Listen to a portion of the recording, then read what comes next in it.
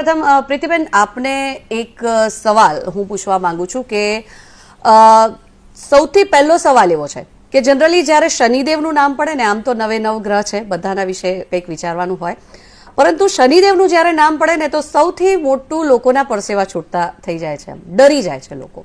સાચી વાત. તો આ બાબતે આપનું શું કહેવું છે? શું ડરવું જરૂરી છે? ડરવું યોગ્ય છે કે પછી તમે સાચા માર્ગે છો તો એનું સારું પરિણામ પણ આવી શકે છે? શું કહેશો?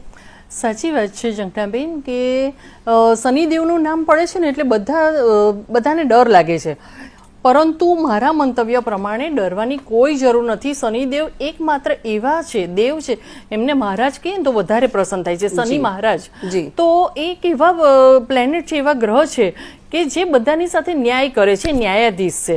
એટલે પોતે જે કર્મો કરેલા છે, સારા કર્મો ખોટા કર્મો જે પણ કંઈ કરેલા છે, એનું રિઝલ્ટ, એનો ન્યાય કરવા માટે શનિદેવ આવે છે. તમે સારા